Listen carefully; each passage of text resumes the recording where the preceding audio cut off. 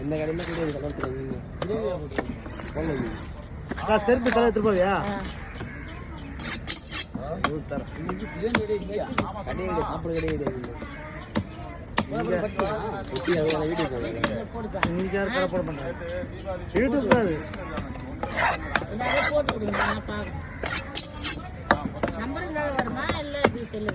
எல்லா செல்லுக்கு வரும் பேஸ்புக் போட்டு இது பண்ணாங்க யூடியூப்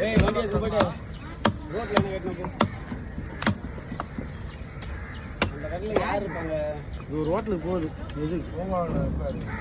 அவர்லாம் வேஸ்ட்டு ரொம்ப தூரம் போகுது சாப்பாடு